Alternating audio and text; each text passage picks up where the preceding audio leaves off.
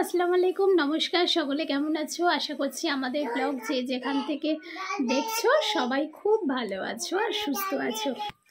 ব্লগটা শুরু করলাম, এখন বাজে ঘড়িতে 10:30। আর আজকে অনেক তাড়াতাড়ি সব কিছু করে ফেলেছি। ভাত অলরেডি হয়ে গেছে, তরকারি বসানো হয়ে গেছে।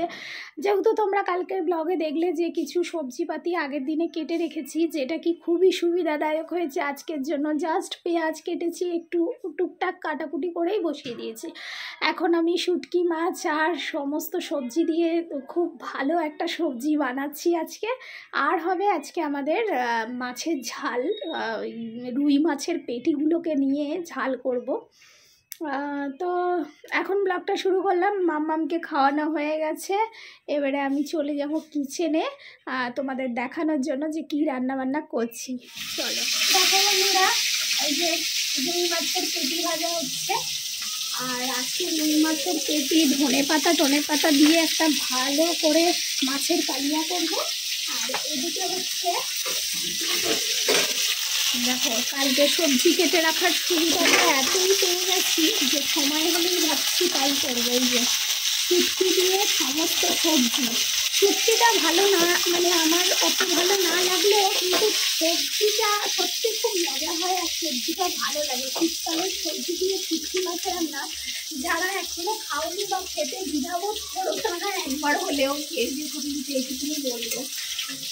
মানে সবজি খেতে মজা লাগবে, মানে সবজির সাথে ভাতটা উঠে যাবে এরকম। এইটা হচ্ছে এখন আজকে দুটোই রান্না হবে, মাছের ঝাল আর শুটকি দিয়ে এই সবজি। তারপরে ভাত হয়ে গেছে, ওইদিকে আছে। তো তোমরা সঙ্গে থাকো, দেখো ভিডিও। এখানে মাছের দুটো মাথা আছে, এটা আমি একটা, মা একটা নিয়ে নেবো, কারণ ওর বাবা খায় না। এখানে ভাত হয়ে গেছে গরম গরম। তো আর এখানে একটু বাটার বার করেছি। আজকে অনেকদিন পর শখ যাচ্ছে যে একটু একটা পাউরুটি দিয়ে বাটারটা খাওয়ার। তো দেখো, এখন ঘড়িতে বাজে 11:45। আর আমার মোটামুটি সমস্ত রান্না বান্না করে বেসিন টেসিন একেবারে মানে ফাঁকা করে দিয়েছি, বাসন টাসন ধুয়ে নিয়েছি, শুধু একটু মোছামুছি বাকি। এখন যাব কাপড় কাচতে, আর তারপরে স্নান করে একেবারে বেরোবো। চলো তার মাঝে দেখিয়ে দিই আমার মেয়ের জন্য আজকে একটু রান্না করছি। দেখো দেখো, একটু আজকে আলাদাভাবে খাওয়াবার চেষ্টা করছি, যেহেতু হাতে সময় আছে। দাঁড়াও ক্যামেরাটা, এই যে হাতে যেহেতু সময় আছে, একটু আলু গাজর দিয়ে মাছের একটা মাছ দিয়েছি, মাছের ঝাল করছি। মানে ঝাল বলতে কি, মানে লঙ্কা ছাড়া। তো আজকে হাতে সময় ছিল বলে এটা করে নিয়েছি। তো দেখো, আমি একেবারে স্নান টান করে চলে এসেছি ছাদে কাপড় জামা মেলতে। আর অনেক কাপড় জামা পড়েছিল, কারণ দুদিন ধরে কোনো কাচাকুচি করিনি তাই। আর এখানে চেয়ারে দেখো আমার শাশুড়ি মা ব্যায়াম করছেন, আর আমার হাজব্যান্ড জোর করে ওনাকে মানে অ্যাকচুয়ালি ব্যায়াম করাচ্ছে। কারণ ওনার যত বয়স বাড়ছে একটা সমস্যা আসছে। তো উনি নিজের থেকে কিছুই করতে চান না। তো ওনাকে জোর করে বলতে কি, মানে ওনাকে বোঝালো অনেক যে এটা করলে তোমার সুস্থ থাকবে বা কিছু। আর সত্যি কথা বলতে মানুষকে সুস্থ থাকার জন্য সেই পথগুলো অবলম্বন করতে হবে। নিজেকে বুঝতে হবে যে সে কিভাবে সুস্থ থাকে, সেই কাজগুলো করতে হবে। মানে অন্য কেউ কতক্ষণ ধরে তাকে বোঝাবে বা বলবে। নিজের শরীরকে নিজেকে কিন্তু দেখা উচিত। আর সুস্থ থাকতে গেলে অবশ্যই নিয়মাবলী ফলো করা উচিত। যেমন কি যাদের সুগার প্রেশার রয়েছে তারা যে ডাক্তাররা যেগুলো ফলো করতে বলে সুস্থ থাকার জন্য, যে ব্যায়াম করুন, হাঁটাহাঁটি করুন, এগুলো অবশ্যই করা দরকার। আর আমাদের নতুন একটা অধ্যায় আসবে, সেটা হচ্ছে কি আমরা তিনজন মিলেই, আমার হাজব্যান্ড এখন ডক্টর জাহাঙ্গীর কবির বাংলাদেশের ওনার ডায়েট চার্ট ফলো করা শুরু করে দিয়েছে অনেক দিন আগে। তো আমরাও কমাবেশি করি, কিন্তু আমরা এটা ওটা খেয়ে ফেলি, কিন্তু আমরা তিনজন মিলেই সেই পার্টে আবার অংশগ্রহণ করব। কি করছো? বসে রয়েছো? কে দিয়েছে তোমাকে চেয়ার? বাবা দিয়েছে? ও, আর তুমি কি খাচ্ছ? তোমার হাতে কি দেখি? বিস্কিট। কে দিয়েছে? কে দিয়েছে? ও সাবান তো দাদু দিয়েছে, এটা বিস্কিটটা কে দিয়েছে? হ্যাঁ দেখেছো, আমার মাম্মাম কিন্তু সব বলতে পারে। আর এদিকে দেখো তিনটে চেয়ার, এই চেয়ার আমাদের চারখানা আছে, পুরো নতুন চেয়ার। আর এই চেয়ারগুলো এখন ওর বাবা ভালো করে পরিষ্কার করেছে, বলছে এই ছাদে রোদ্দুরে বসবো, তার জন্য ভালো করে চেয়ারগুলোকে পরিষ্কার করেছে। আর এই নতুন চেয়ার বুঝতেই পারছো প্লাস্টিক জড়ানো, ওর বাবা সেই প্লাস্টিকগুলো খুলে ফেলে দিচ্ছে, বলছে এগুলোর জন্য বেশি ধুলো হয়ে রয়েছে। আর চলো আজকে আমি তোমাদেরকে একটু আমাদের পুঁইশাক গাছটা দেখাই, যে পুঁইশাক গাছ কিন্তু আর সেই পুঁইশাক নেই। দেখো পুঁইশাক গাছ পুরো কমে গেছে, মানে কেটে কেটে খাওয়া হয়ে গেছে, এই যে অনেকটা কমে গেছে, আর কিছু নেই বললেই চলে। এই যে, আর এখন যাব মাম্মামকে স্নান করাবো। মাম্মা স্নান করবে তো? কিরম ভাবে হাপু করবে? কিরম করে হাপু করবে তুমি বলো? কিরম করে হাপু করবে? আমি বাবা বসবো। আচ্ছা ঠিক আছে।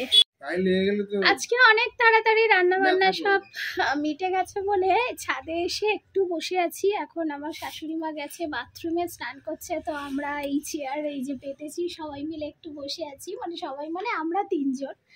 আর মাম্মাম এদিকে তো গন্ডগোলের মাস্টার। হাই বলে দাও।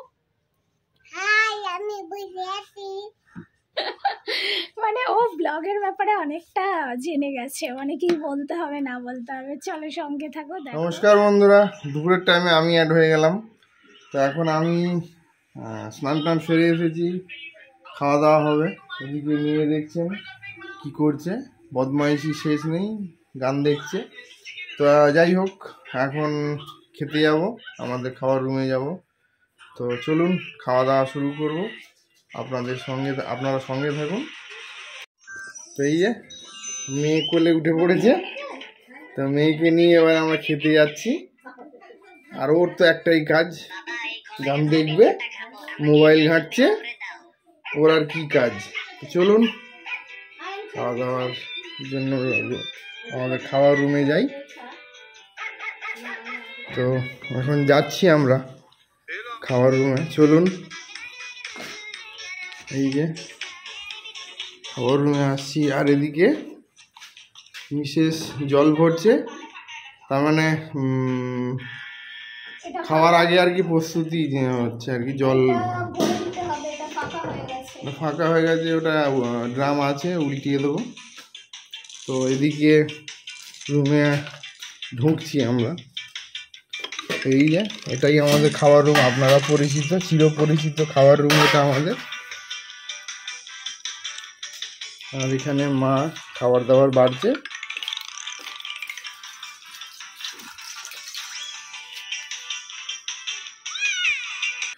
তো দেখুন আমাদের এই সমস্ত রান্না বান্না আজকে হয়েছে।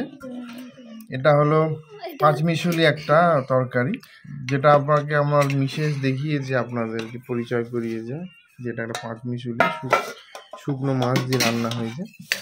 আর এটা হচ্ছে মাছের ঝাল, রুই মাছের ঝাল। আর এদিকে ভাত বাড়া চলছে। তো এই হলো আমাদের আজকে দুপুরের মেনু। তো ভাত বাড়ি চলছে, তো ভাত বাড়া হোক, তারপরে আপনাদের সঙ্গে কন্টিনিউ করছি। তো ভাত বাড়ি সব কমপ্লিট, এবার আমরা খাওয়া দাওয়া করছি। এদিকে আমার মিসেসও খাওয়া দাওয়া শুরু করে দিয়েছে, এই যে এদিকে মাও খাওয়া দাওয়া শুরু করে দিয়েছে। আর আমার পাতে কালকের একটু খিচুড়ি ছিল, আমি একটু খিচুড়ি নিলাম, একটু ভাত নিয়েছি। তো খাওয়া দাওয়ার পরে আপনাদের সঙ্গে কথাবার্তা হবে।